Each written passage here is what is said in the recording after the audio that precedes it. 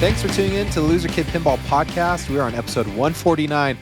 I didn't realize we're almost to 150, Scott. That's kind of crazy. Actually, that's what I noticed too. I was like, oh, did we miss like an anniversary? Okay. Truth be told, we had our 15-year anniversary this year, and both my wife and I forgot about it until we saw the happy anniversary from our father-in-law. Nice. So anyway, but this isn't our 15th anniversary. This is episode 149. Exactly. And we're doing pre-expo today, and there is a ton of games now available. If you're buying one of these games, Scott, who are you buying it from? Zach and Nicole Mini at Flipping Out Pinball. And you know what I've really been eyeing is the speaker lights. And I know right now it's been really nice because they've been, Stern's been releasing those out. And so if you want, I'm going to get it for Rush because I didn't get the aftermarket one, but now I'm super excited for them to come out. And I'm trying to debate. You guys are going to have to let me know. Should I get the speaker lights from Stern for Godzilla or should I get the flame ones? Just something to think about. But also, if you want to pick up any game, reach out to them.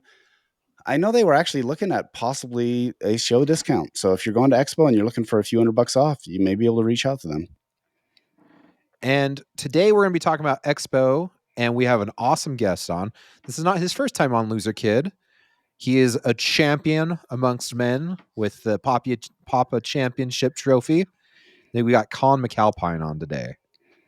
How you doing, Colin? Thanks for having me on. I'm excited to talk about Expo, and just to I like to correct make sure people is accurate. So I have a Pinburg yes, trophy, not Papa, which Yeah. is also I think is cool because I think Pinburg is better than Papa, but that's just my humble opinion. It is a huge trophy. Whatever it is, it's massive. It is. And you dominated on high hand, wasn't it? Wasn't that the game you took it over the top on?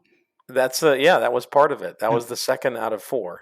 But that was ironically that was the one game that I actually took first on in that 4, and then the rest of it was just not was performing well, but not first. But I'm excited to be here for the pre 150th episode for the pre Expo episode here. Okay, I do have to warn you, even though Colin is the nicest guy on the planet and his wife and kids are lovely and super well behaved, by the way, don't invite him over to your house if you want any of your high scores to remain intact. I think do you still have my initials up there on there? Yeah, I do. Pins? Yeah, Attack from Mars. It's like there's no way I'm gonna catch that. And I think you Simpsons. I've currently put Simpsons in storage because I need a break. But yeah, basically, Colin played all my games for about 2.5 hours, and each one had like a GC from Colin on it now. And so now I have to look at his face, or at least his initials, every time I play my game, knowing, it's just showing exactly how absolutely exceptionally mediocre I am at playing pinball. Okay, what did he set your high score on Attack from Mars at? I think it was like 13 billion, or I don't know. What is that like you go higher? I don't know, Josh. I'm just saying that's a pretty good score. Legitimately, I think he played it once too. That's the problem. That wasn't even a warm up. That wasn't a let me get used to your game. It's I'm just gonna step up and see what I can do. Yeah, I'm lucky to crack like 1.8 billion on Attack from Mars, and Colin's like doing that one handed.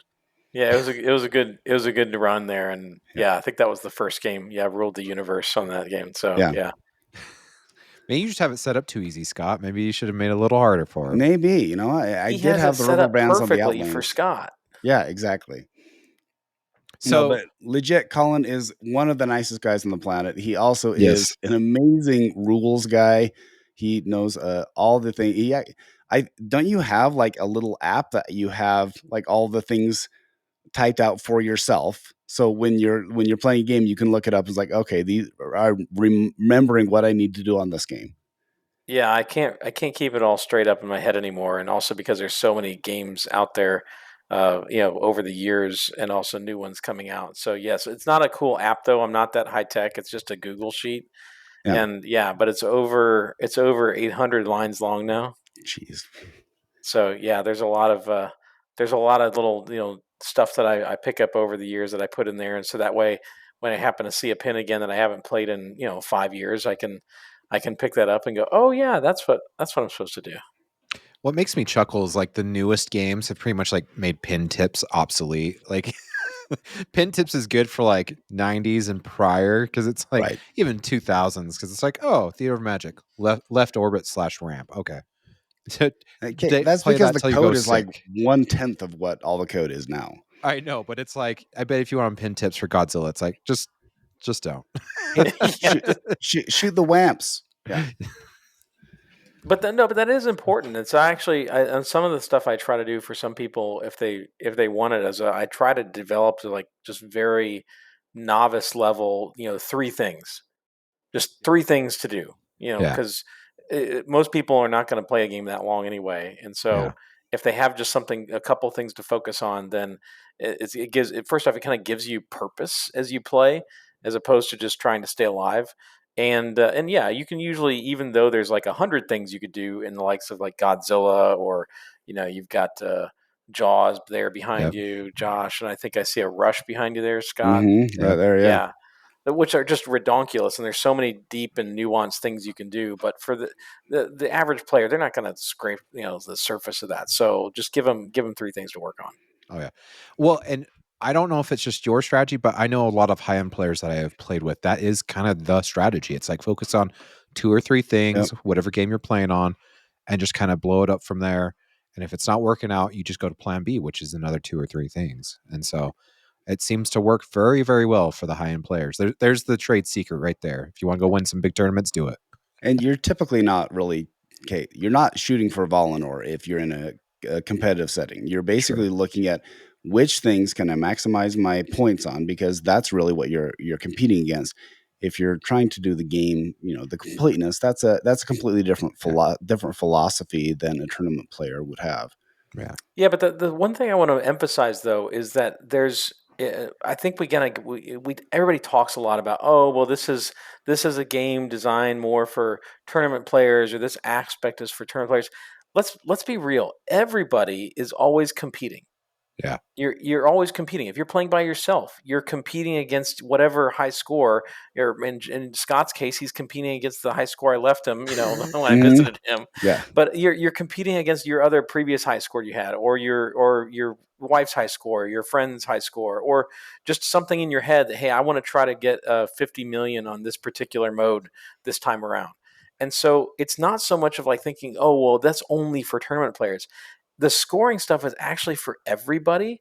It's just what can you and what does everybody really want to comprehend and take the time to learn? And just learning even just a little bit, you're still going to be able to have a knowledge of, hey, if I put these types of things together, then I can do cool things with a score, and that helps me in competing with myself or the 3 friends I'm playing with at my house. And so I like to kind of dispel the notion of like that score and getting into even just maybe one layer deep on nuance of score is only for tournament players. It's for everybody. It's just a matter of who you're competing against. Yeah. And that's true. My son, he's always super excited when he enters his name in a game. For sure. And it's totally interesting. Now, I do want to. The reason why we are talking about rules and we're talking about scores, because Pinball Expo is coming up, and we are going to talk a little bit about Expo. But because we're already talking about rules, Josh, should we just talk about the reason why we have Colin on? Yes. Because he is. Now, are you the main rules guy for Princess Bride? Do I have that correct? Yeah, that's correct. Yeah. So Princess Bride. So this is a multimorphic game. So I know most of you are familiar with multimorphic, but it is an interesting concept in that you buy the main console, or I don't know. Do you call it a console or do you call it the pin? But I either call way, yeah, I call it the it's cabinet, or I the call it cabinet. the Okay. the platform. So Okay. you buy the platform, which is the cabinet, and then yeah, you can go from there. Yeah, and then you buy these little game modules that you can slide in and out. And so it's in many ways you're getting a lot of games for your buck, because with each other game, if I buy a Rush, I'm buying a Rush, that's it. But if you're buying a P3, then you can buy the P3, and then they have lots of different modules which are a fraction of the cost of what a standard game is. And so the game that the latest game they have out is Princess Bride. So we want to talk about Princess Bride because the game looks fantastic. But not only that, it's starting to ship. People are starting Yep. to get these into their homes. They're on the line. And it's going to be at Pinball Expo to play. It sounds like there'll be at least one there, right, Colin? Yeah, correct. They'll have one at the oh shoot, I'm blanking on the booth.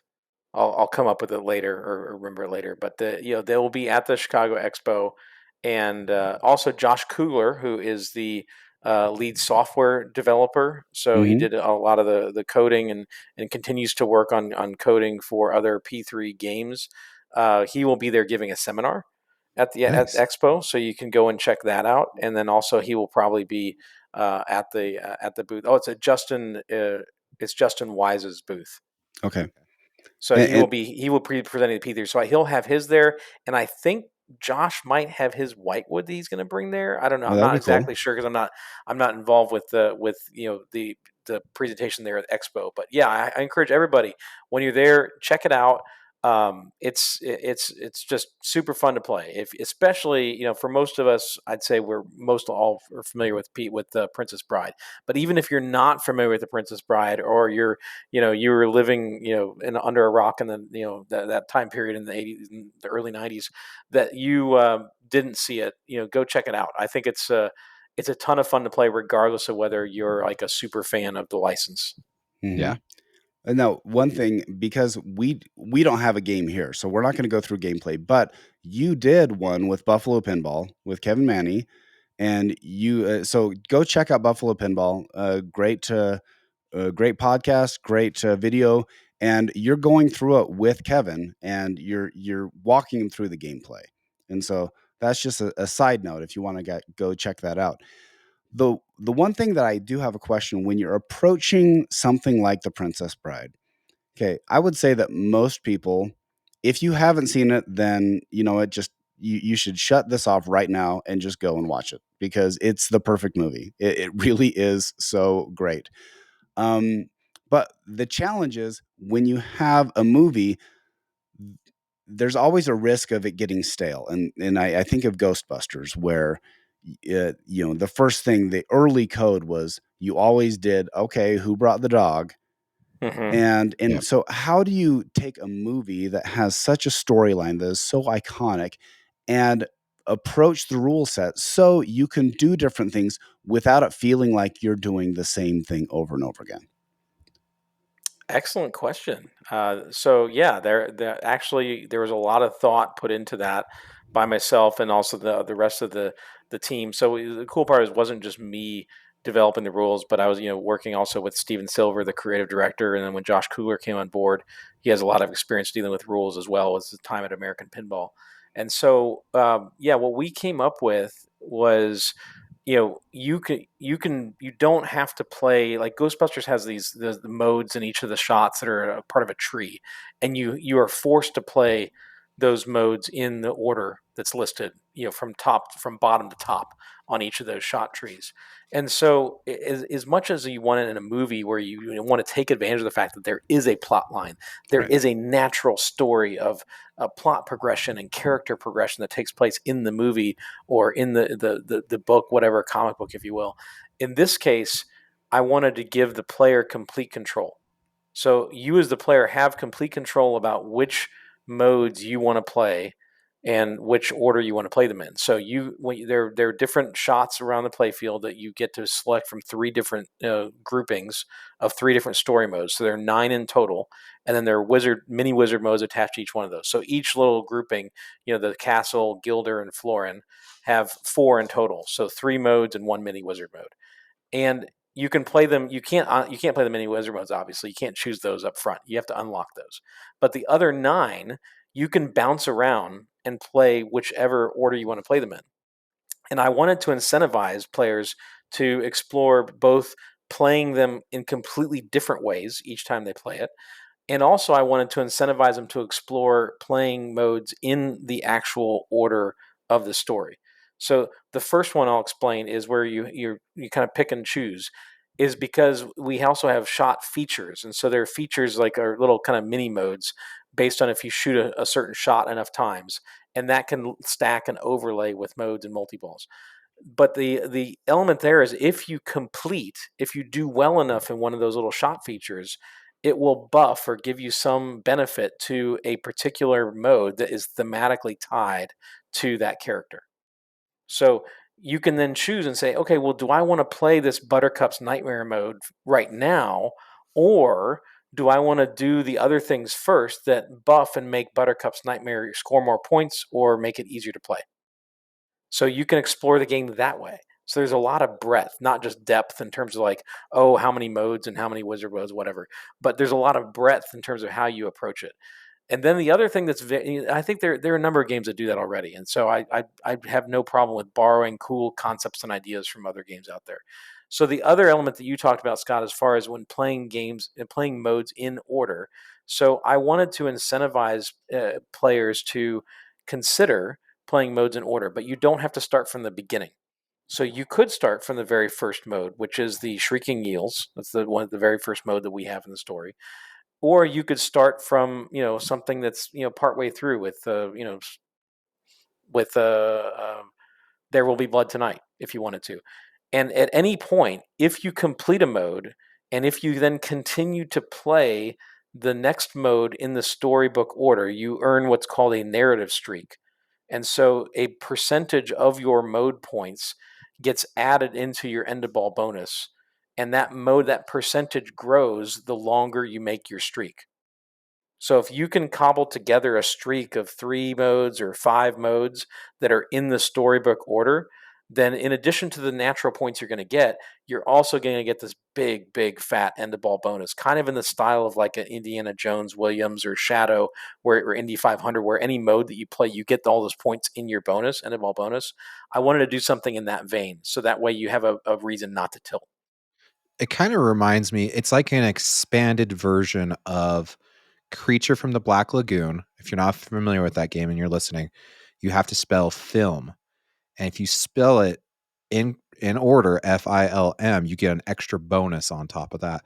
So it sounds like you've like taken that and just expanded it into this narrative sequence bonus. That's a really cool concept. I like that.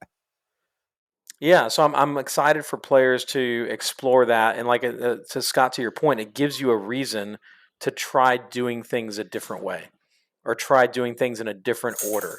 And so I wanted to specifically have that. I want people to want to press that start button again, whether it's in your collection at home or whether you're playing it on location. I don't like games that just become stale and it's like, okay, hey, once I've made it to the wizard mode, or once I've made it to this mini wizard mode, or scored this certain amount of points, it can get boring or old after a time.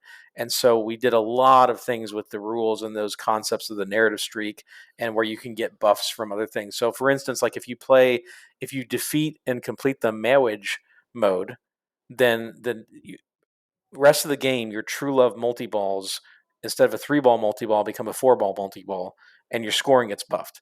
And your true love, instead of being a true love and spelling TRUELOVE, becomes Twoo-Wov multi-ball, and you're spelling TWOO and WHUV.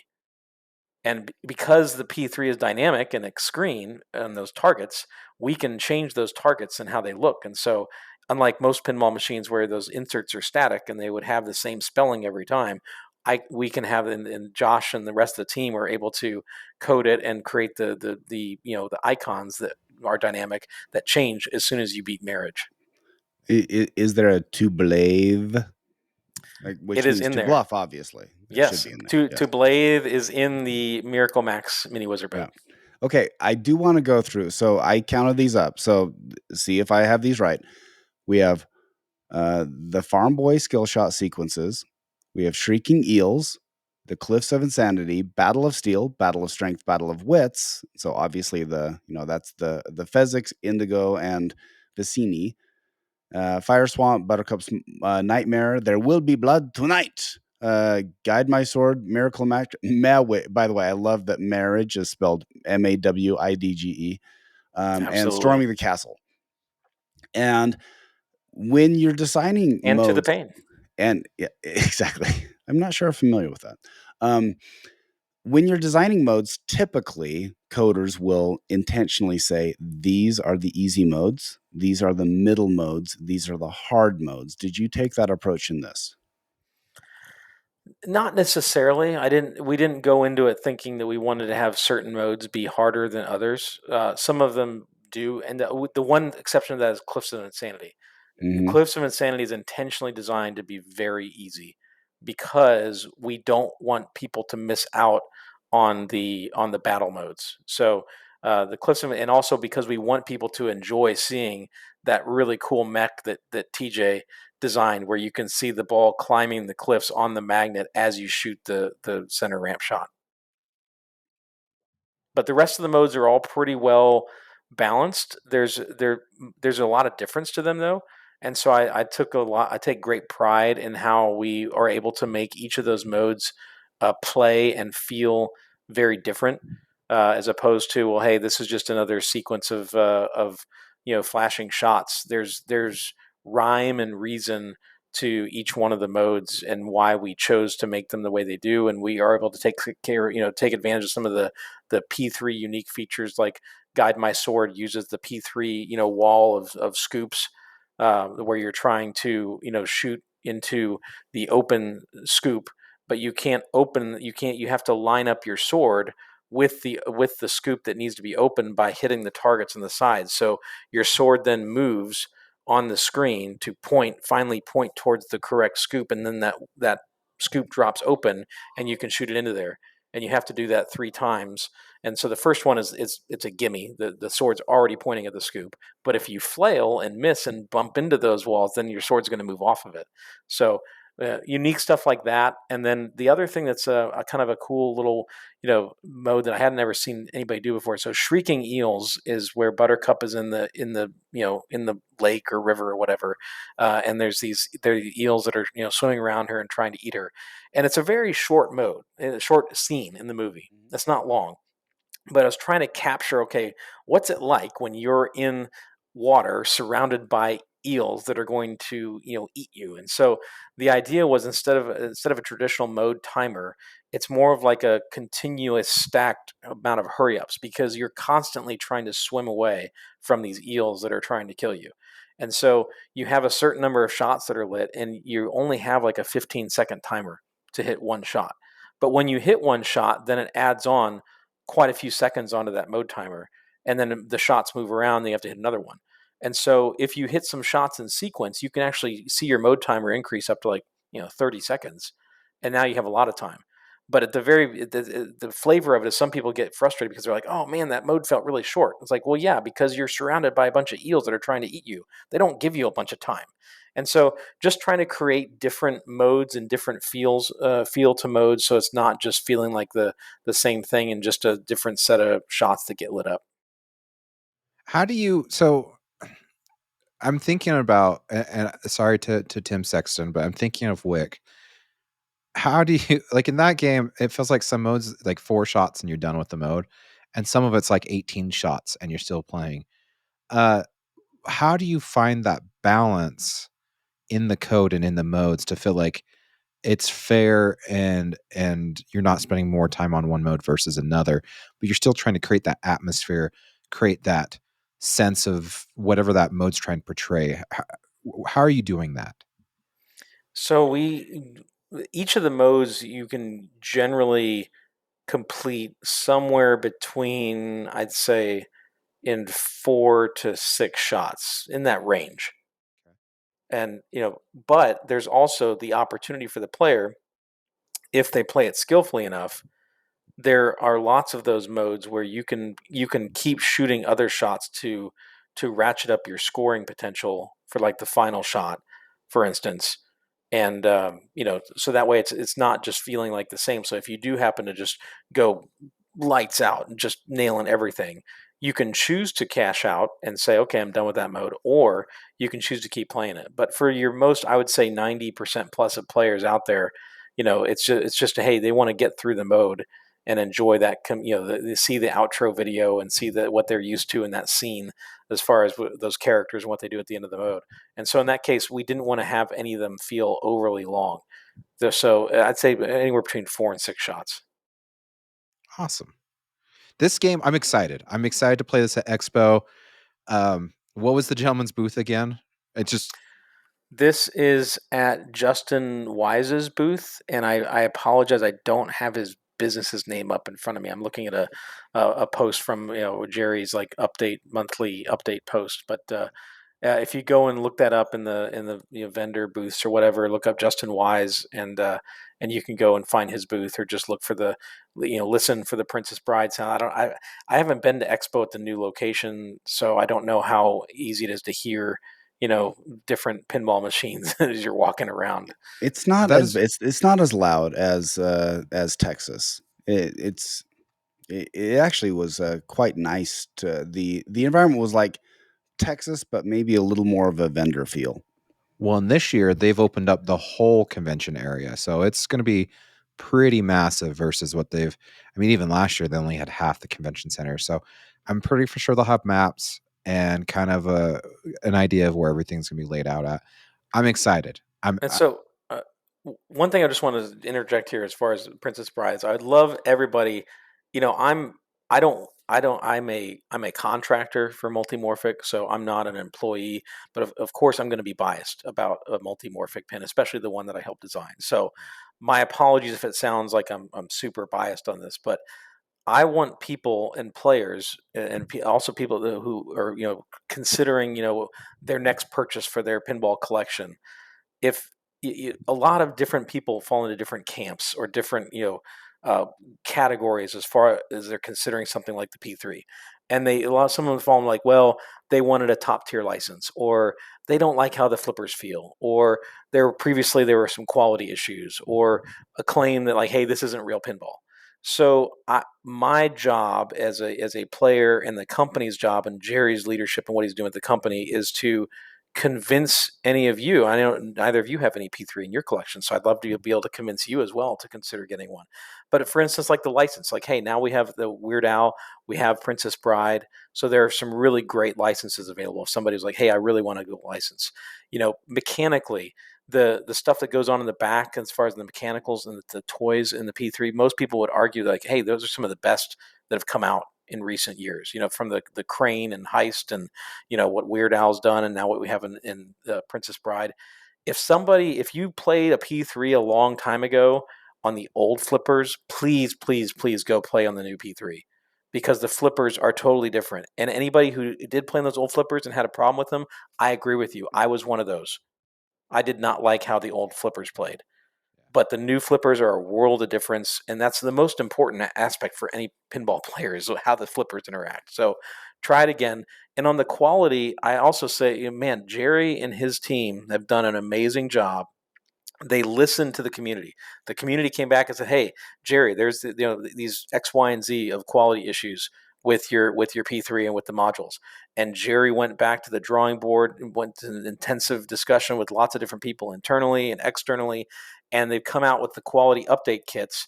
And so if you're worried about the quality, go talk to somebody who has their quality update kit. There have been 0 reports of failures since that's taken place. So give it a chance if for some reason you had a quality thing. And then as far as the people that want to complain about it not being real pinball, I don't know what to say to you, because it's like It, it it's is it's it pinball. is absolutely real pinball. It is And pinball. yeah. Yeah. And so my whole thing is, I want anybody who's considering it, it's like, if for some reason you'd written off P3 in the past, give it another chance. And I think you will be not just pleasantly surprised, I think you will be overwhelmed with how much you enjoy playing it. No, I'll jump in a little bit because I was more concerned about having a system, a platform that becomes dated. And so if you buy the cabinet and then you're buying new games, I mean, we know that other either consoles, video games, or pinball machines, they upgrade. So with Yeah, Stern, we've had the White Star system, we've had the Spikes. So we're going through all those things. My concern was, well, if you buy this, are you always locked into that? The one thing we found out is that they have incorporated the ability to upgrade your system with correct. reverse compatibility. And so that has taken a lot of concern. That was my major concern with it. Yeah, is and it's a that if valid you one. buy this and say, well, if 15 years later, the technology has advanced and their ability to retrofit the game so you can backwards compatible it and upgrade it at the same time is actually something that would lead me to buy this game.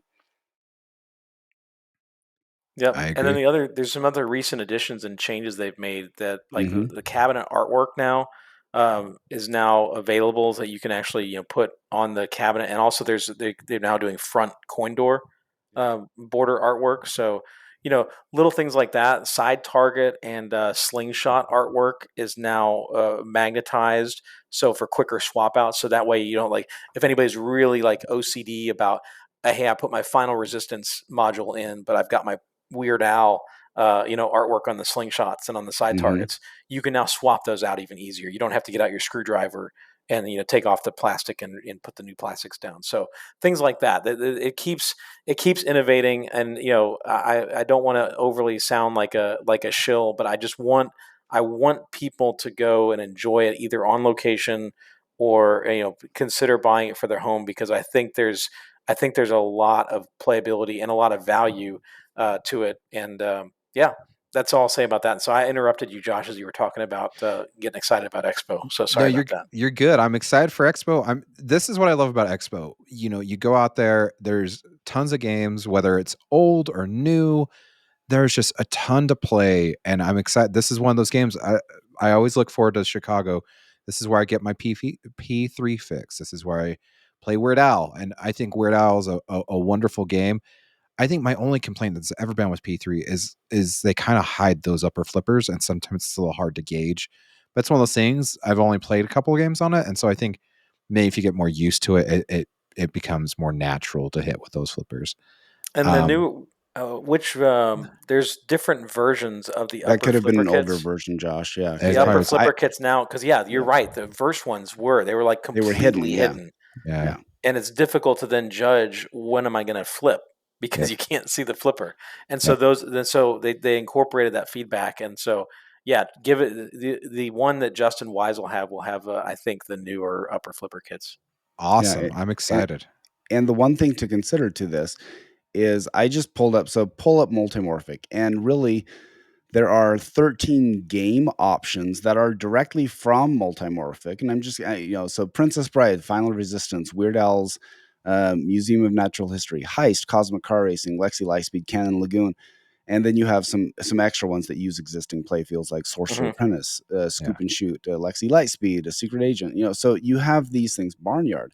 There's also some third party things. So if you really look at it from a package deal, I mean, I have 10 machines down here, but if you add up the cost of all those 10 machines, it's going to be significantly more than you buying a P3 and getting 10 games. So Yeah. there is certainly something to be said about, you know what, if you still want to experience pinball, but this can be, pinball's expensive. We all know that, but this can be a nice, easy way of incorporating something like this into your pinball collection that gives a different flavor, really.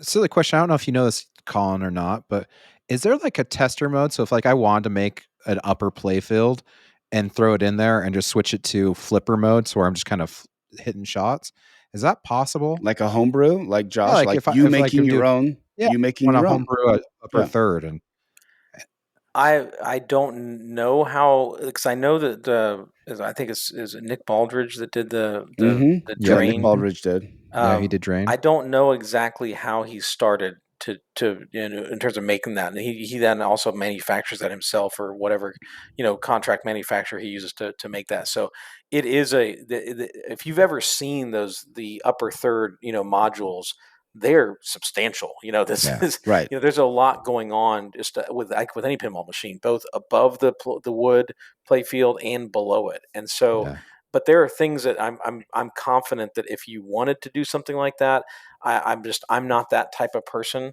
that is mechanically gifted to pull that off. But I'm sure that type of thing exists as far as even playing around with that in some type of software basis to goof around and to try to design your own module if you wanted to go the Nick Baldridge route, or you could do what like Ian Harrower has done, and he's designed his Birdwatcher game as one of his first games he developed, which he's ported it so it actually his game works on I think 3 or maybe it's 4 different P3 modules. So if you buy the Birdwatcher game, you can play it on a number. He's ported the code and tweaked the rules so it works on all 4 different modules. It's really cool. That is cool. Okay, we are going to transition, but I do want to bring this up.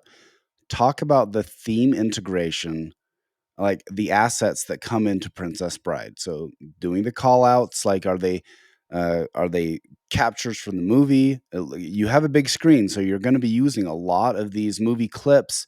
And I know you guys wrote the code for, Vicini, the Battle of Wits. You did it so you could get that whole code. You didn't want to clip that scene at all, it's a pretty memorable scene in the entire movie. I would say that most people can quote it. So tell me about the asset integration and how does that bring you into the pinball world of Princess Bride? Yeah, I think it does what only the P3 platform can do. So in terms of first off the video and all the audio that you're hearing, but specifically the video, whether it's in the big rectangular movie screen or if it's in like a little circle pop-ups that come up, you can't get that with any other pinball system where the video is literally popping up before your eyes and you're not having to look up at the screen or a screen that's up in the back of the playfield or up on the back box. So all of that is fully integrated. The team did an amazing job of painstakingly integrating it, and the timing of things. It was very, very difficult for Steven Silver and the rest of the team to come up with and figure out, okay, how splicing together different scenes. So for instance, like on that Battle of Wits, you're like, you have this it's quite a long scene with all the dialogue going between Wesley and Vicini, and or he's really the Dread Pirate Roberts at that point. But you have to also figure out like, okay, well, what if a player plays really well and suddenly you need to end the scene because they've gotten to the end, they've done all the shots, they've hit all the things. And so you have to come up with a kind of splicing, okay, we're going to have this part of the scene play out in its entirety until the player reaches a certain point, and then we're going to cut to another part of the scene that kind of gets to the ultimate part where he's like, look over there, and then he takes a drink because now you've hit the goblet shot, and he's taking the drink. And so finding a way to balance that was really masterfully done. But the most critical part is that you're getting to enjoy, the scene and that come alive in front of you, in addition to the world under glass in the back third of, the hill ramp that looks exactly like the hill where Wesley and Buttercup go rolling down, and the cliffs, and then you have the castle over on the left. And so that type of thing is something that is absolutely integrated, unlike any other game out there to this point. It really is highlighting, I think, P3 truly coming into its own in terms of, in the past, Weird Al is a great license, and I have a Weird Al sitting, I'm looking at it over here, you can't see it, but that was all, coming up with graphics and stuff, except for one. There's one mode that actually uses the video assets from the music video, but all the rest of it was conceived out of whole cloth, which is awesome. But it's also not like something that's memorable for somebody. They're not going to see nostalgia and see the graphics, the cool graphics that they put on for Amish Paradise, and connect to it from a nostalgia perspective because they've never seen it before. It's just really cool graphics that are associated with that song. In this case, this is the full blown in your face nostalgia. Yeah. And so you're going to get all of that, and you get all the lines, and it's not just also the playing the lines, in perpetuity for every single mode. Like I know, like Guardians of the Galaxy does that, for instance, in Stern. Right. This, as you progress, as you hit shots, it then cues the next line. So if you play Prepare to Die Multiball, as you get through the final stages of it, you're going to hear the back and forth between Rugen and Inigo as they have that awesome fight scene. Yeah, that's awesome. Yeah, stop saying that. Yeah. Yeah. And the best theme integration, of course, in my humble opinion, because I also helped design the rules for it, is the one-handed swordsman in Battle of Steel, where you have to control both flippers with the left side buttons, and then mid mode, when you're successful enough, you get to switch over to the right side, because that's what they do in the movie. Yeah. Yep. It's awesome. That's great. And just a quick plug, if you are a big fan of Princess Bride, which why wouldn't you be? There's an audiobook, and that's great. I highly recommend it. It's called As You Wish. It's Carrie Elwes, and he actually got a lot of people who are behind the scenes. So if you want even more into the story of Princess Bride, including him totally trashing his foot during filming, which is why he's limping half the time, it's a great book. I highly recommend it. So I can't wait to play Weird Al. I can't wait to play Princess Bride and get more time on it. And I'm really excited to see how P3 has taken it to the next level. So that's why I am super excited for Expo this year. Yes. Josh is getting there. Josh is getting there a little earlier than I am. I may, it depends. I still on possibly getting Wednesday or Thursday off. If I get Thursday off, I'm going to try to fly in Wednesday and spend a little more time at the event. But I will definitely be there Friday and Saturday. And Josh, you are going to be there Wednesday for sure. I'm Yeah. flying in Wednesday afternoon. Okay. I land at like 4. So Yeah. And Colin, you said you're flying in for the pro circuit, right? But you're not going to be able to be sticking around for most of the festivities, right? Yeah, unfortunately, it's yet another time where I have to miss it. I will eventually get to go one of these days, but I have kids involved with various school activities, and my son is in marching band, and it's lovingly referred to as Bandtober for the Mhm. month of October, because there's a competition going on every single weekend. And guess what? We're in October, so Mhm. yeah, I am flying home after Stern Pro Circuit and customer meeting, and then flying back, so I can be a part of my son's and my family's life here back in Texas. But one of these days, I'm gonna Yeah. get to Expo and enjoy that, and also hang out with you guys there. So I'm very jealous that you guys get to go back again and enjoy Expo again. I know you guys have, besides just being there as attendees, you also in different years have really done and been a part of it in terms of some of the fundraising you've done for charity. That's also been really cool. I'm proud of you guys for what you did with that year. thank you. That was a big That was a lot of undertaking. effort, and that was all Josh, by the way. I was definitely his sidekick. I said, Josh, you tell me what to do, but that was really spearheaded by Josh. Okay, Josh, what are you looking forward to at Expo this year? There is a ton of games that I'm excited to see. One, though, I'm really curious. Like, I'm intrigued. I don't know if I'm excited for it. I don't know if I'm appalled by it. It is the goof. This is okay. This has got to be the weirdest reveal we've seen in the last uh what I can remember. I don't remember anything like this. If you've been living under a rock, Alice in Wonderland's been released by DPX, Dutch Pinball not Extreme. I know that's what some of the other podcasts have been saying, and now I've got that stuck in my head. Exclusive. And they're bringing at least 3 of them to Mhm. Expo. And I've got to say, okay, from the beginning, the slow drip feed of like pictures, I'm I don't know if it worked for the company. For me, it did not. I don't like seeing one tiny corner of the game every week for the next 8 weeks. It was annoying to me. And then when it finally showed, I felt like the trailer was not showing the game, which it's like you're trying to sell a game, right? Like I don't understand fully why you're not showing the game. And here's the thing for me. Like J-pop, maybe I've had some of the illusion taken off because I've been doing this for a while and I've talked to people behind the scenes and the Mm-hmm. industry stuff like that. If you're not very familiar with John Papaduke, he did make some amazing games for Bally Williams, like World Cup Soccer, which I own, Theater of Magic, Circus Voltaire. These are like very classic games that people Didn't love. he do Tails also? Did Tales of the Arabian Yep. Nights. But a lot of the thing was when you hear designer, you think like Elwin, he is the leader of a team, right? Like Mhm. he is the director. He has constantly got his fingers in helping with code, stuff like that.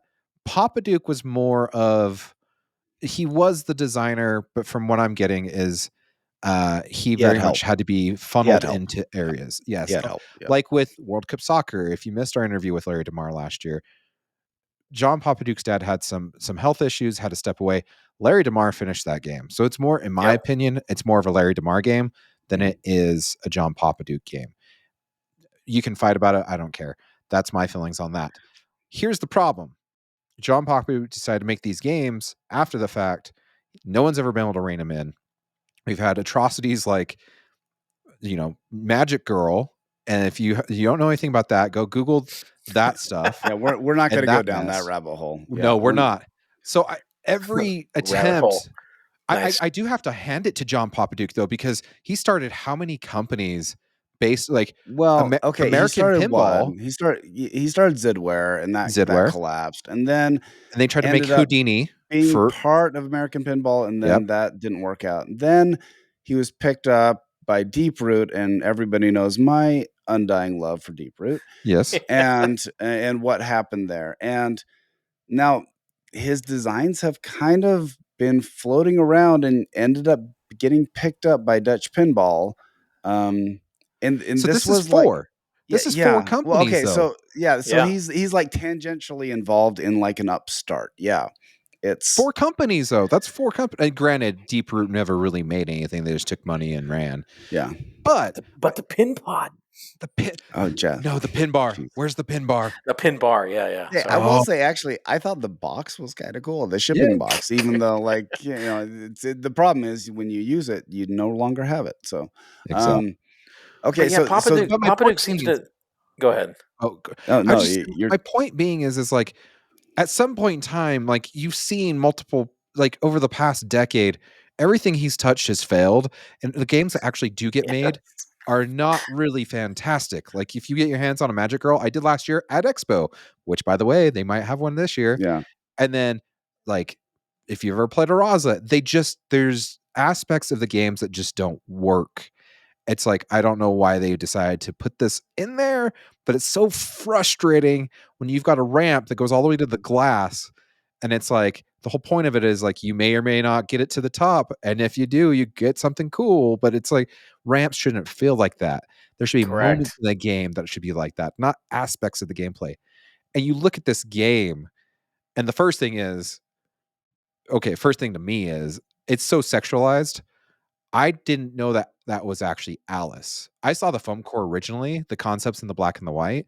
And I didn't know if the girl up front was going to be Alice, because traditionally Alice in Wonderland is based off of a 7-year-old girl that goes into Wonderland. That's what it's been in the book. That's what's been in the this Alice series. Is obviously not 7 years old. Yeah. She is not 7 years old in this one. That's for sure. And she's not wearing much of a dress. This is a different take on it. This is like Jessica Rabbit went into some odd cosplay mode. Yes. Well, and I get so there's, if you're a fan of comic books, there's the Grimm Fairy Tales series, which does take some of like Little Red Riding Hood and makes it more of an adult and it makes it more dark. I get that concept and that aspect, but when you're basing this off of a pre-made license and you're not giving very much context. Well, okay, now I'll push back a little bit. The Alice in Wonderland series it's Lewis Carroll, right? Yes, correct. He do the original book. Okay, yes. I've never read the book. The challenge that we have is that the Alice that and I would say that most people out there have not read the book. But the challenge is a lot of our framing of Alice is the Disney version. Yeah. Right. And so that could be a little different. Full context, I don't know how the Lewis Carroll book is. So it's not adult, but it's definitely not child. Okay, it's solidly in the middle, but it is about a 7-year-old girl that goes down in the Wonderland, and there's a lot of drug themes and stuff like that, which kind of present in the Disney version. I'm so confused by like even there are stand-up targets with Alice's muffins on them that say "Eat me." What? I mean, come on now. Yeah, really that's not cool. I'm just like, this is a little much. Wow, I didn't see that part. You didn't see that part? Well, there's so much to see, Josh. Like it's And here's the genius, quote unquote, of Papa Duke. We put a spinning disc above the in and out lane, because that's exactly where I want chaos, is right above Oh my gosh! the Don't in get and me the out started on lane. that. Don't get me started on that. And then you put an upper playfield that takes up what, the top half of the game. It's more than a third. And then don't get me wrong, I love Twilight Zone. I love the playfield of power, the power. But it's also a wide body, and so it doesn't take up as much correct percentage wise. So I'm assuming this is a standard body, and then they've taken the power playfield and made it huge. But because they want you 4 times the size. Oh yeah, and for some odd reason, like, they don't want you to, they want you to hang out up there. So they've made the whole bottom a rubber band, so that way you can keep the ball up there. Mm-hmm. But I'm just like, this. I don't know. Just play other Papa Duke games after Bally Williams, and you'll realize, like, none of these work. So why did Dutch take a chance on Papa Duke when it's been proven time and time and time again it doesn't work, and people are just frustrated, and they just end up becoming passion projects that people try to fix up later to try to make money off of a broken idea? I mean, I know there's I've been one. ranting for There's one idea. What you just mentioned. Why? So let's answer the question first. Why would a business like Dutch Pinball choose to do this? And I think in my opinion, it's either one of two things. There could be a combination of things, but it could be because somebody on that team is just really super passionate about those Papa Duke designs of yesteryear, which are hugely popular. Yep. And there's the name cachet of those prior titles, because there's also a lot of negative name cachet around Papa Duke, and deservedly so over the last 10 years. But they're doing this because, similar to Papa Duke's companies, he was very good at fundraising. Yeah.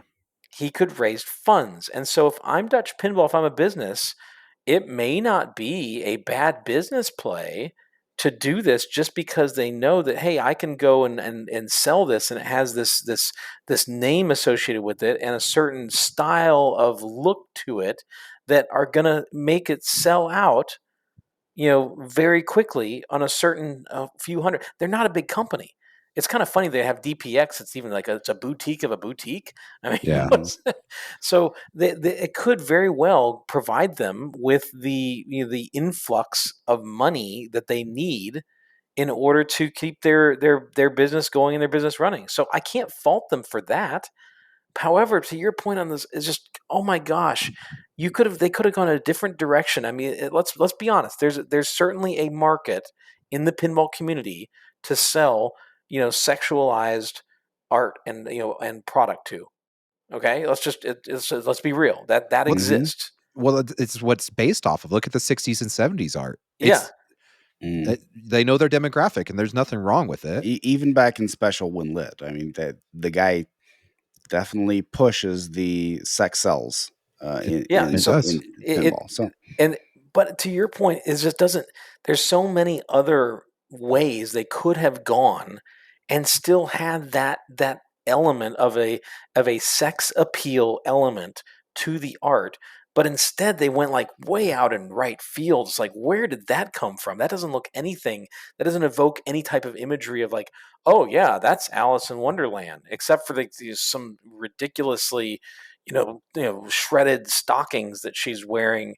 That's about the only crossover you can get out of that. So that's weird to me. But I don't know if you're going next, but the spinning discs are just the icing on the cake. To me, the main thing looking at this is the playfield is so compressed. Yeah, it is. I mean, and there's like, okay, there's one, like, what I would look at and say that looks aesthetically satisfying shot in the game. There's one, and that's the ramp. The rest of them, based on seeing just what I've seen so far, they're not kinetically, aesthetically satisfying. And of the video they showed, and the gameplay they were showing the other night, they shot the ramp, and like 75% of the time it didn't go up and around. Yeah.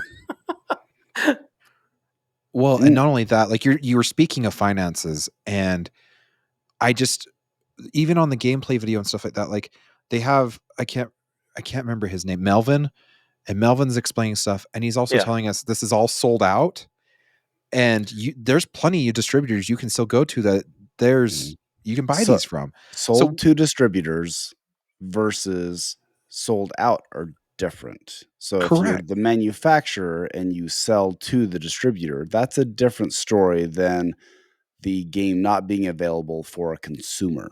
That's what you're getting at, Josh?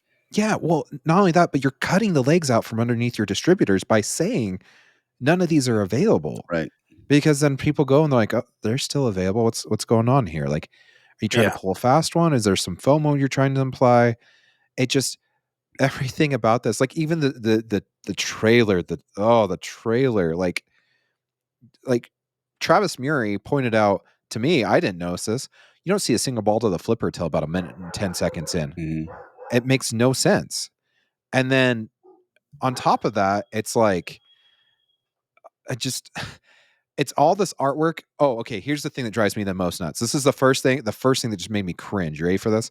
And congrats to Colin from Kinesis to loop this. But the fact that airy, weird, like Mad Hatter jackpot. You're like, what are you trying to like? It's like he got punched in the stomach and he's trying to yell jackpot, but I don't know what's going on there. It's terrible. It's just all around. The sound's atrocious. Why?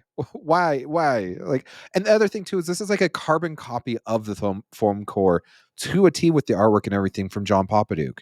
You've had over a decade to like perfect this and make this right, but you didn't. Like, I think a lot of the lead up to this too is like a lot of us are thinking, well, are they going to use the John Papaduke? Because based off the foam core, it's not going to work. Mm-hmm. Oh, okay. I'll play.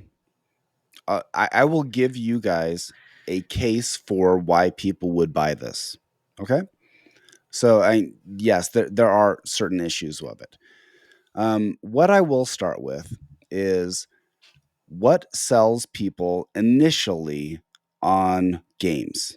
Theme And art, right? Yeah. Like how it looks. Okay. Yep. Now, it almost seems like they go through different phases. One, it's theme and art. And then you go into the gameplay area. And yes, an experienced gamer will be able to look at it and say, a pinhead will say, yeah, that looks like a fun game to shoot. And so they will assess it maybe on that. But I would say there's a lot of impulse buys. And I will, case in point, I would point out Halloween sold 1250 games off the art package alone. Right? And people bought like that was an amazing success for them. So if I'm just looking at this from that standpoint, okay, visually the art actually looks really good. In that, now I can disagree with the choices they have made about how they've drawn Alice and the Queen of Hearts. But I would say still it still looks good. Like the art it's eye popping. The Cheshire Cat looks thematically consistent with it, even though it doesn't have that little weird claw that Dennis Griesold brought up. I do like the eyes moving too in that topper. That's cool. Seeing those eyes. It is really okay. So visually, if I walked by this, it would catch my eye. Yeah. And really, John Papaduke's games have done that. So if I look at it and say, well, so on art, I would actually rate it pretty high. Now you can say there were questionable choices to be made about how they drew it, but this still looks like an aesthetically pleasing game. Yeah. So you could argue it on that.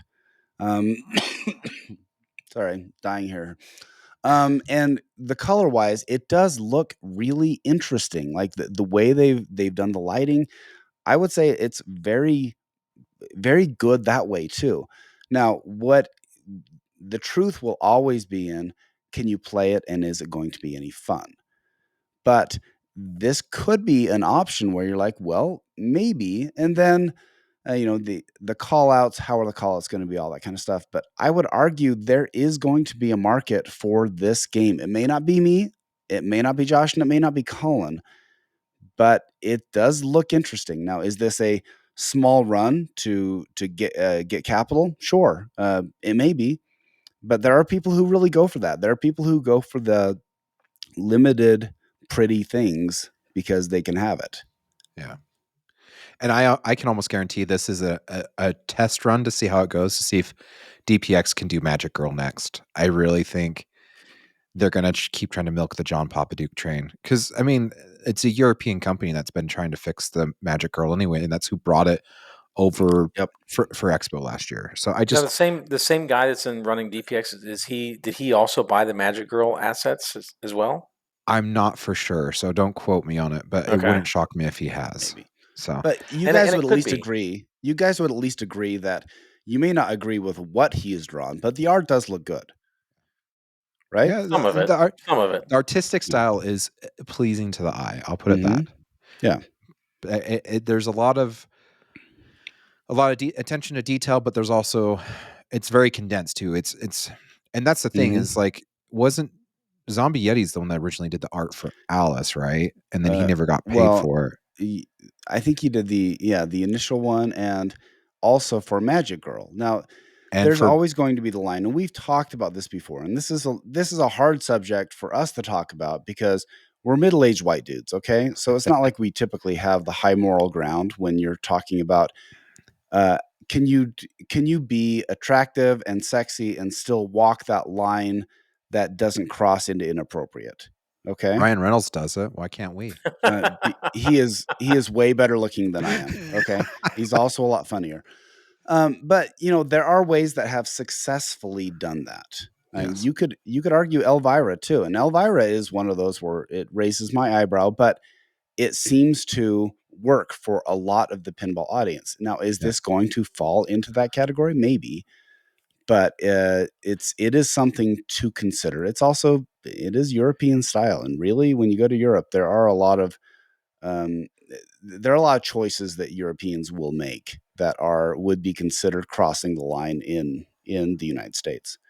Yeah, what's the game at Expo? That's the Spanish game. That's was it Nemesis with something like that? With the writing, it was like in the 70s, the scantily clad chicks riding dragons.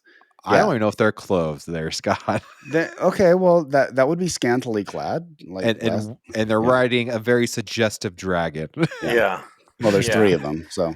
But that's, I guess, to me, I have a different criteria of, like, my order of criteria for pinball machines, and to me, art is not near the top for me. At its base, at its core, why I love pinball is the physicality. It's not the rules and the scoring. I mean, I love that stuff too, but that's from a pure. I love the kinetic aspect of pinball, seeing the ball go and do things and go in cool paths, and then that path suddenly changing because something changed in the game, and so it kind of surprises me. It's like a Rube Goldberg machine, but I'm in control of it. Yep. And that element to me, when watching the trailer, first off, even just seeing the pictures of it, when I saw the pictures, I'm like, oh man, that's a really condensed playfield. Then I saw the trailer of it, and they didn't really show much in terms of ball paths.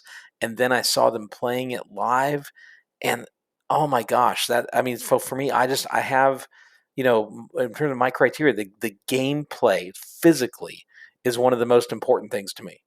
And this pin, I'm sorry, it's just like you said.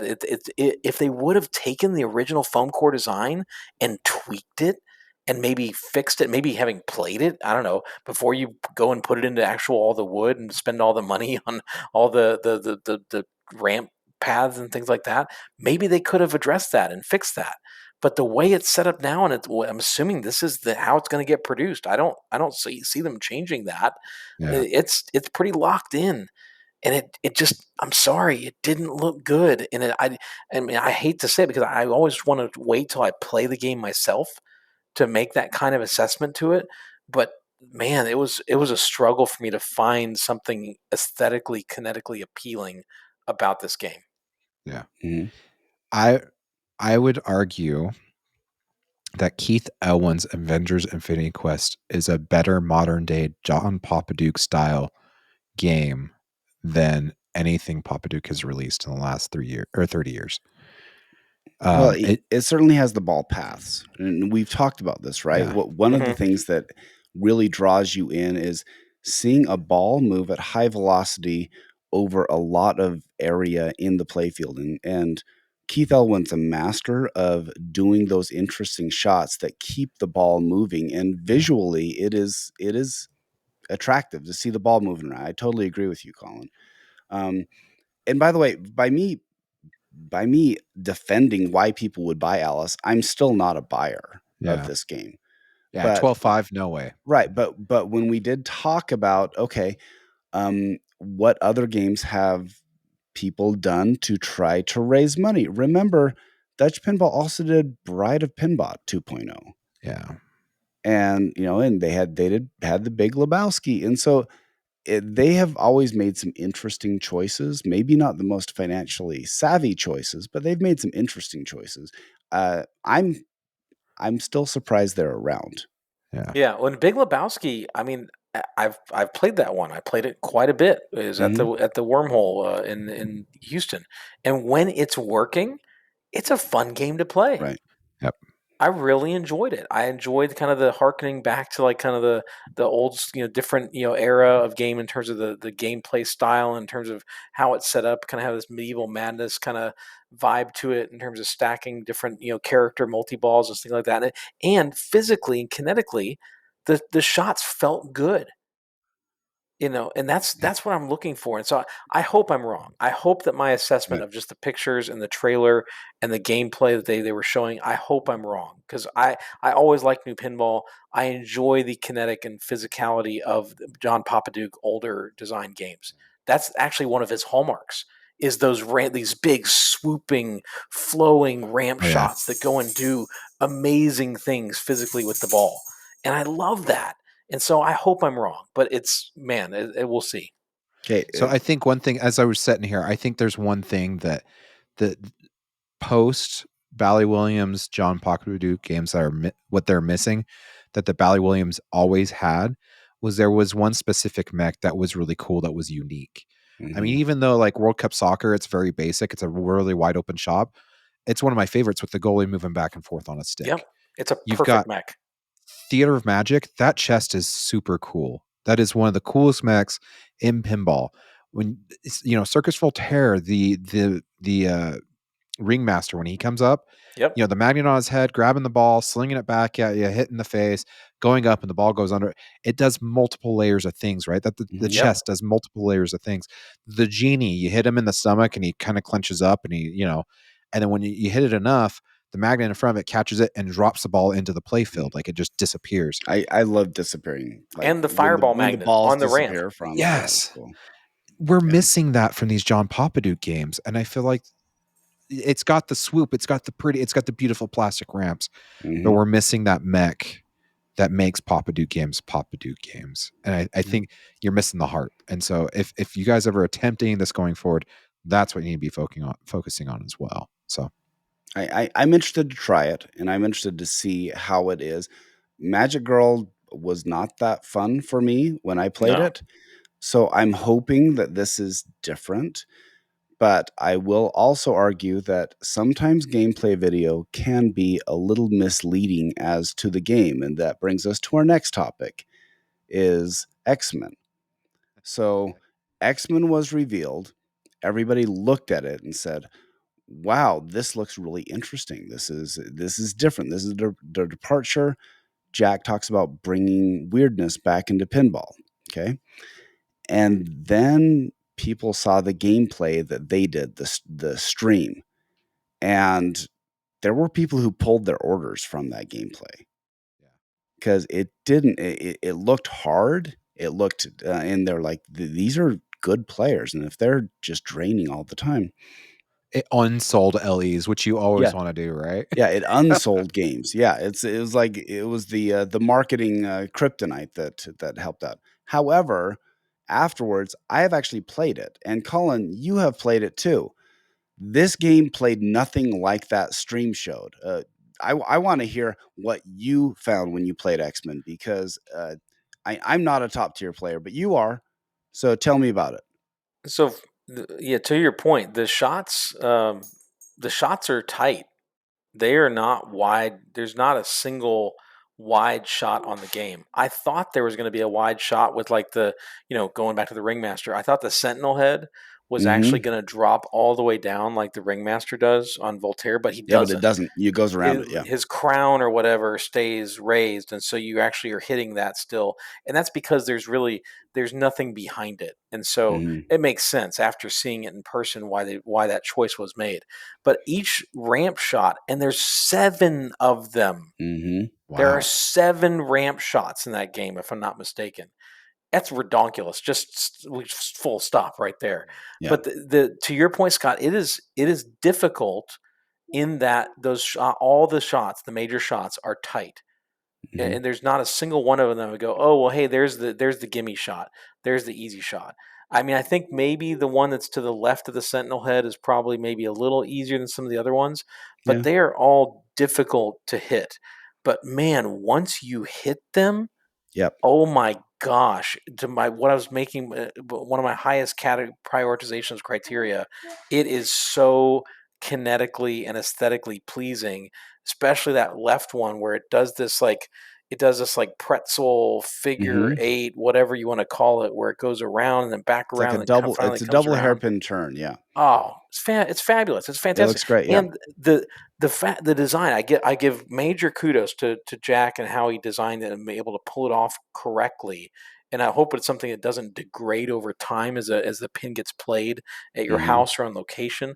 That left ramp that then goes across the playfield, rolls across Mm-hmm. the playfield, not on a Yep. wire form, Yep. rolls across the playfield and perfectly feeds this little side ramp on the right hand side above where the shooter lane comes out, and then feeds then across that wire form that goes kind of over your flippers and feeds the danger room.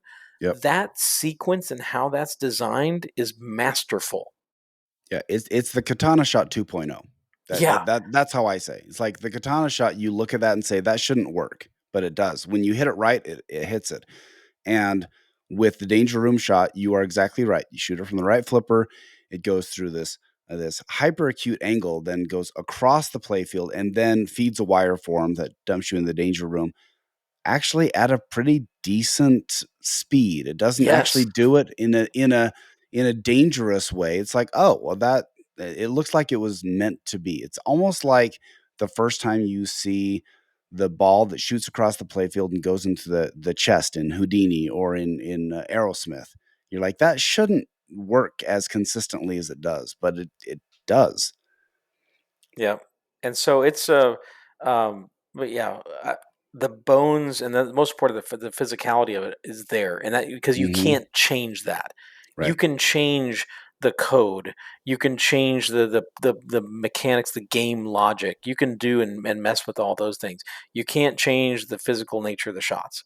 And the Hmm. physical nature of the shots felt great. Now, I do worry slightly, Scott, if you get Yep. a player who's even better, than me, like you get all these young kids that are Hmm. just have like robotic cyborg like aim. Yeah. The fact that all the major shots are actually ramp shots that feed back to your flipper Yep. could result in the game being very, very long playing. Yep. But you Eh, have to find those shots, and they are really tight. So only those cyborg like players can probably keep playing this thing over a long period of time. Right, but it is like playing a video game. If you get dialed in, like that's one question. There should be at least a dangerous shot.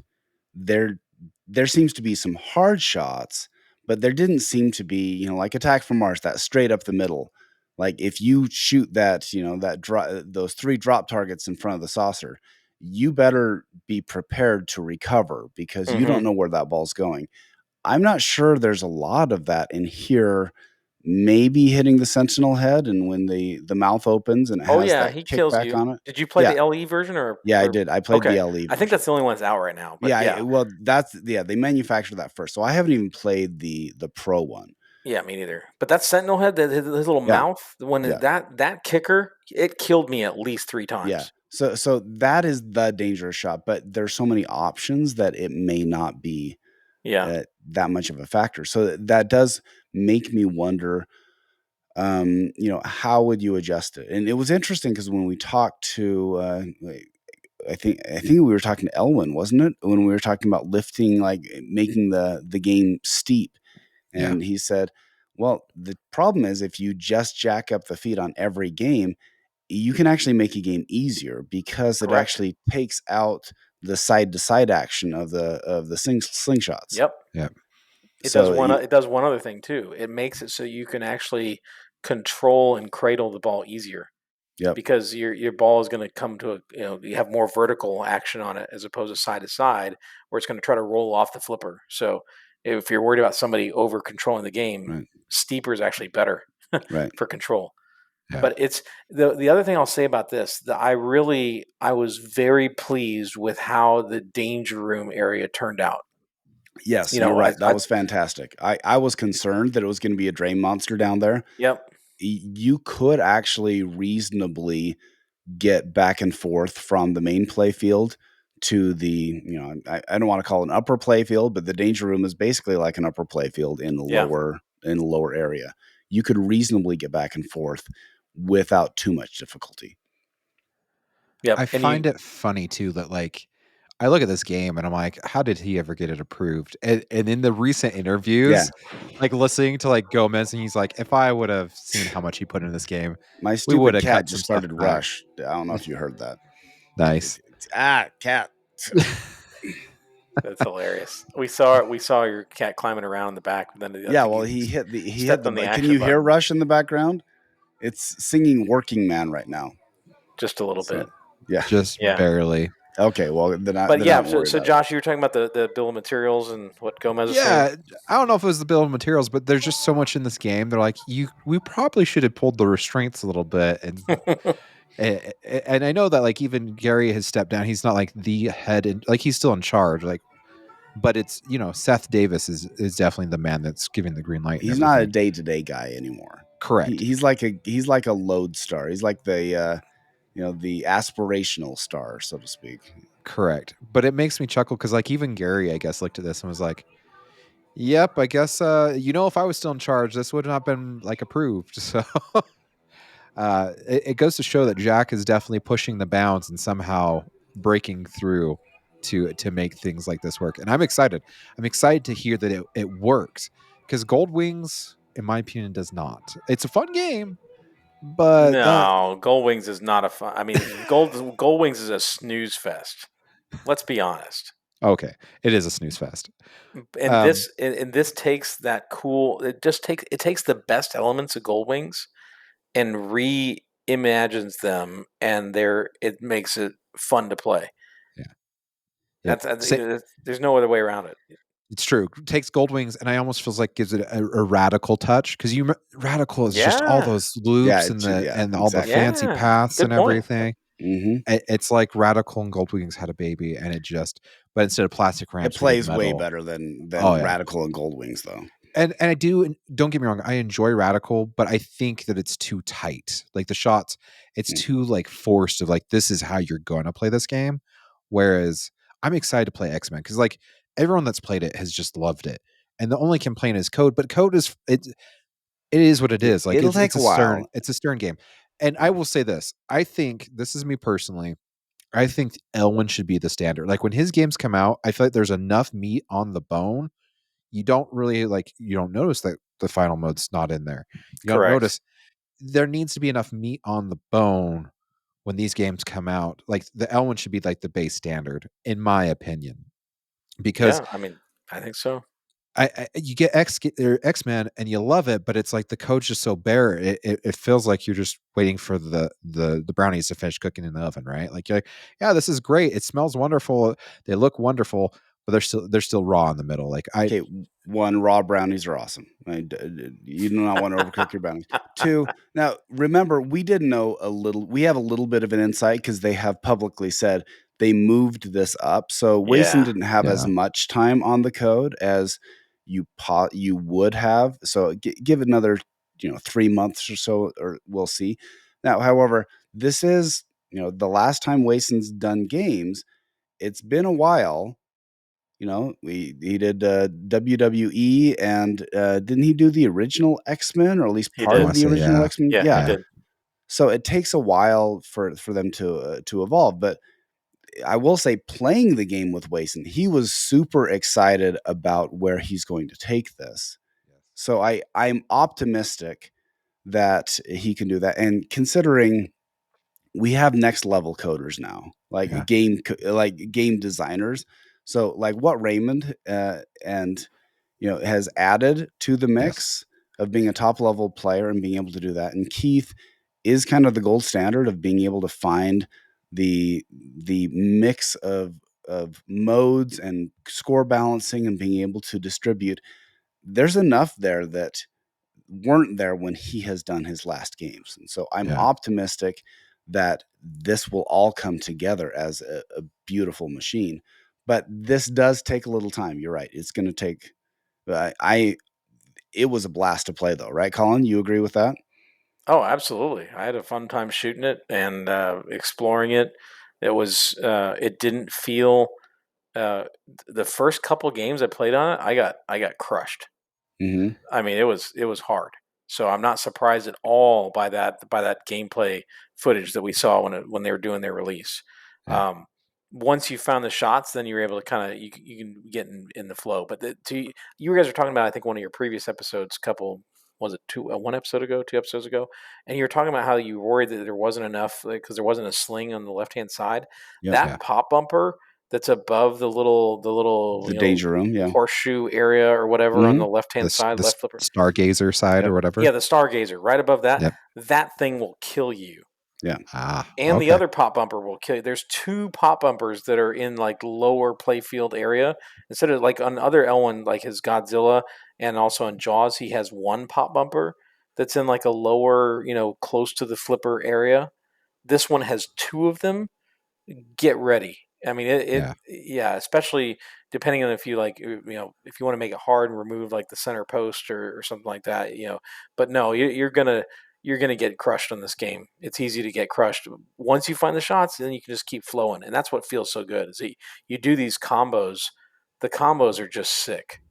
Yeah. They're absolutely ridiculous, and I mean, it's got some potential too as far as how the code and the gameplay works. I like the whole notion of like if they're going to go to a place where if you go you do the future and then so you're limited and you can only do like maybe something else in the future and then you can choose to go back to the past and you can go back to different modes. So I think that's a really cool game element if they dive into that and really explore that aspect of it. It's got some cool mechs to it. I really enjoy what they did with the little Cerebro where the ball gets held, and it looks like it's floating. It's such a simple design, and it comes across so well. Yeah. So Stern has been no, I guess they haven't been teasing. We've heard rumors that Metallica is being re-released as a fresh take, and supposedly before Expo. We're getting down to the minutes before Expo, maybe. And we're what, 4 days? Do you think it happens? Do you think code stays the same? Well, what do you think? Like, what do you think we're going to see? Is that what your question is? Yeah, I want to know if you think we see this by Expo or at Expo. No way. Yeah. Why would you want to short circuit your Uncanny Xmen sales? I mean, they kind of did it to Venom last year with they Jurassic did it Park with 30th. Jurassic Park 30, yeah. True. And Elvira Blood Red Kiss the year before. Okay, I suspect that something is going to happen. The question is, what will that be? So if I were looking at Metallica was a huge seller. Okay. Sure. But still the is. challenge right now is, are you going to go like full LCD on this?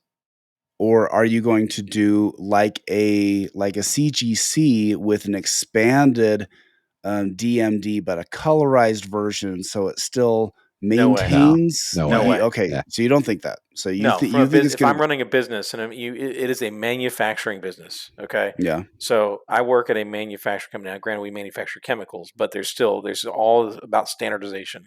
Mm-hmm. There's no way that Stern, from a business standpoint, is going to want to do what you described as far as doing like a CGC expanded, fancy looking DMD. I think if this rumor turns out to be true, it's going to be an LCD.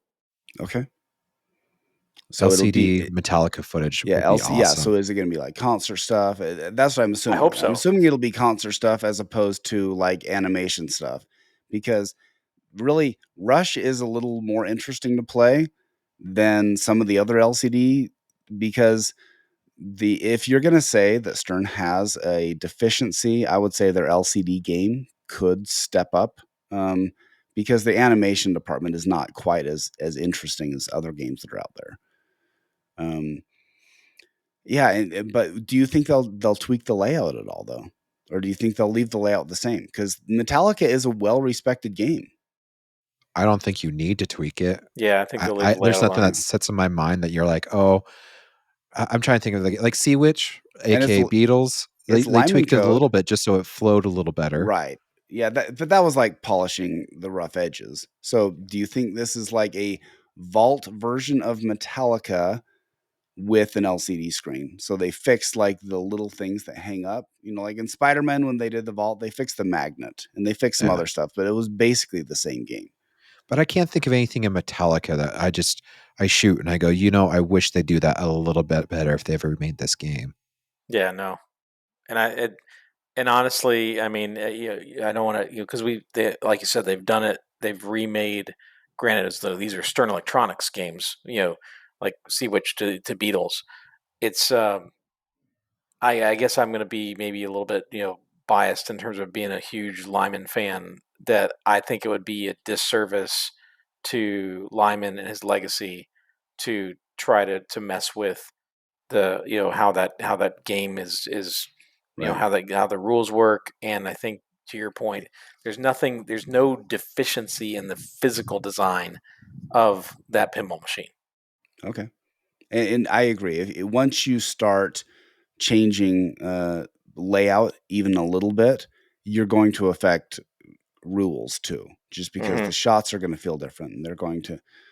So I guess okay, this is me just looking into the future, and you guys can all mock me. I think it is going to be the same layout, the same rules, with an LCD screen with the premium body. So maybe they fix the hammer so it's less of an issue. Yeah, yeah.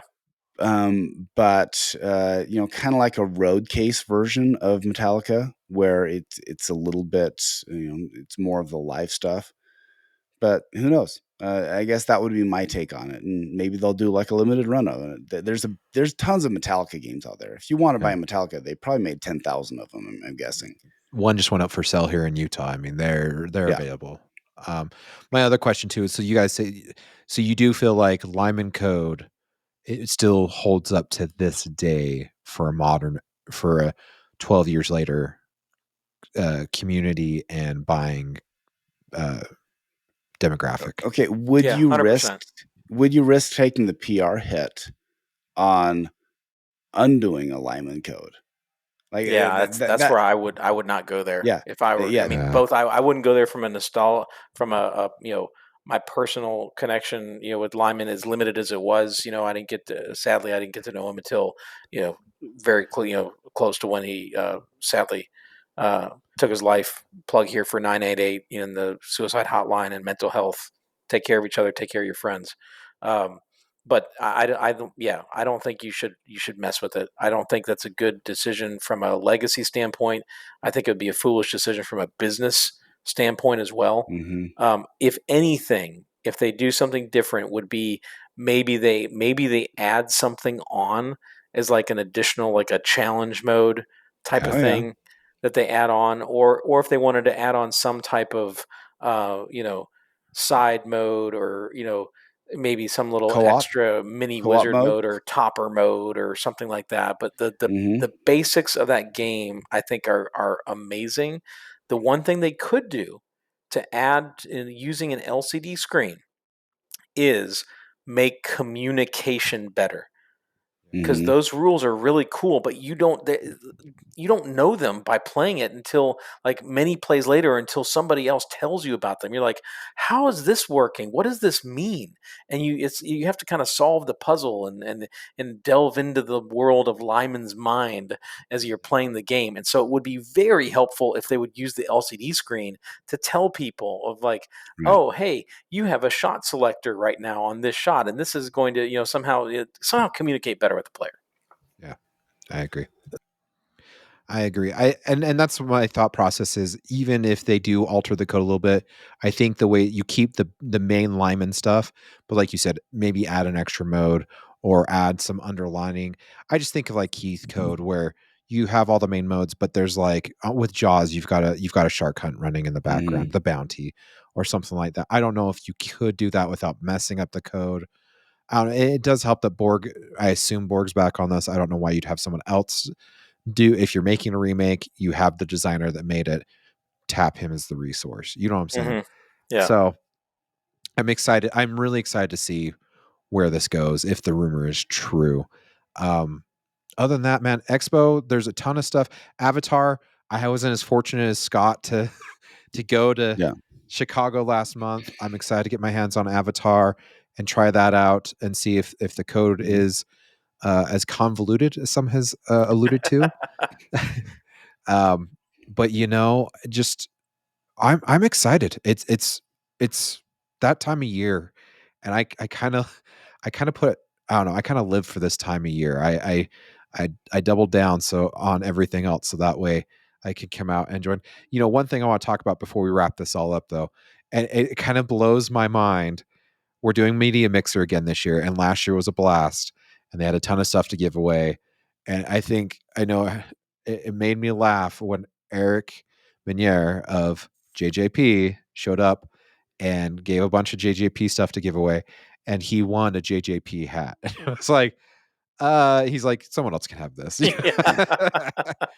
But this year, it's all sold out. It's weird. It's cool, but it's a weird concept to me that people want to pay to come hang out with Loser Well, okay, Kid. it's a party. Come on, it's a party. Okay. Everybody wants to come. It's all Okay. good. It's an exclusive party to have fun and get some Yeah. giveaways and stuff like that. No, if I come Con early enough, I will love to crash the party. I'll Yes, I'll definitely. sneak in under the table or something. Well, it's Thursday night, so if you can get in there before 5, it's 5 to 8. So, um, but congrats to Colin for putting this on from Kinesis / This Week in Pinball. Erica's Pinball Journey for stepping up. She's gotten a lot of the sponsors too. Mhm. I've helped a little bit, just not a bunch. And I apologize to them. They're like, and Colin's like, sometimes it's just the push, like the Joker says, right? Like insanity is just a little push off the cliff. It just takes a little. Anywho, sorry. I like Hey, the Dark Knight. and speaking of the cliffs of insanity, I'm excited to play Princess Bride coming up. So this will be my first hands on it, and it'll be fun to touch base with Colin. I would like to see a remake of the Dark Knight tweaked and then the footage put in from the movie and a whole new art set. I think that would be. Anywho, that's just side tangent. Anywho, Okay, you're going down another rabbit hole, Alice. ex- Yeah, exactly. Let's. Oh, well, at least I'm an adult, Alice. Then yeah, I'm Yeah. I'm of consenting to wear that fabric, that yeah. the tattered towel. Just move on. Just move on. Just move on. The joke's not landing. We Yeah. need to go. Well, cool. Colin? Is there anything else Yeah. you just like Anything else that dying to get we should out? have asked that you Yeah. you want to emphasize on Princess Bride? No, I don't think so. I mean, Josh, you talked about it before. Yeah, the production is going strong right now. They're on batch 2 of 5, I think, in terms of they batch the orders, and so Hmm. um, there's a big line of people right now that are going to be getting their games here over the coming months. So yeah, if you want, after you play it at Expo, because I'm a big fan of advocating for people to play a machine, Yeah. before you buy, because that's just me personally. I don't buy machines, without playing them. So play it, and there's also they're starting to pop up at locations. I know there's one that has it out in New Hampshire.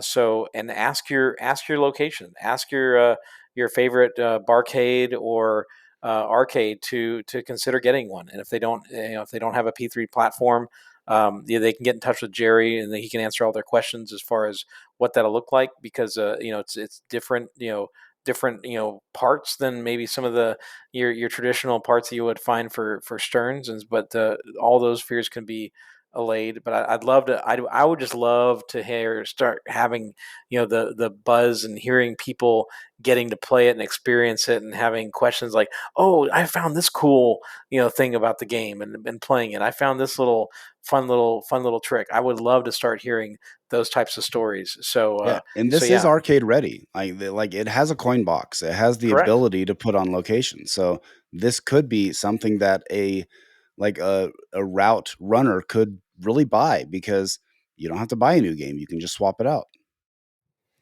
Correct. So yeah, I'm hoping to hear more and more stories of people, and the feedback we've been getting also on batch 1 has been great. All the customers are loving it and amazed with how it plays and the experience of it. So yeah, I put so much into lots of little nuance into the rules that I'm excited for people to discover that and talk about that and post about that. So I'm just I'll let people discover all those things that I haven't talked about. All right, thanks, Colin. Thank you so much. If people want to get a hold of you, how can they do that? You can find me on Facebook and also on Ray Day's Discord. I'm on there quite a bit as well. And then if you want to, you can reach out. If you want to, there's also a Multimorphic P3 Discord. You can find me on there. Awesome.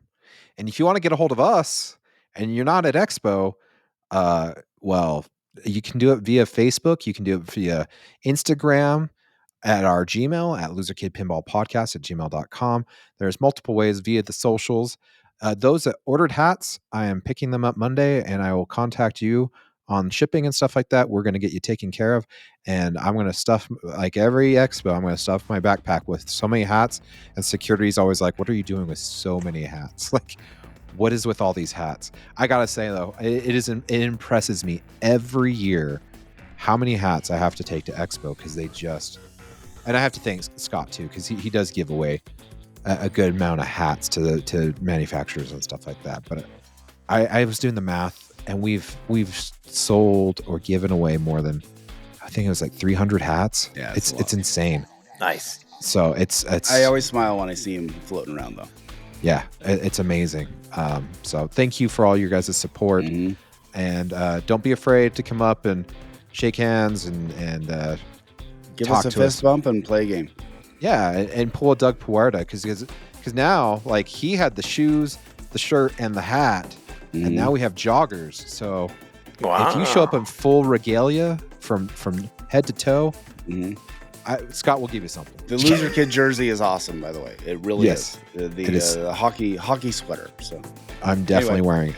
So. Thanks again, Colin. Thank you. Check us out, and we'll see you at Expo.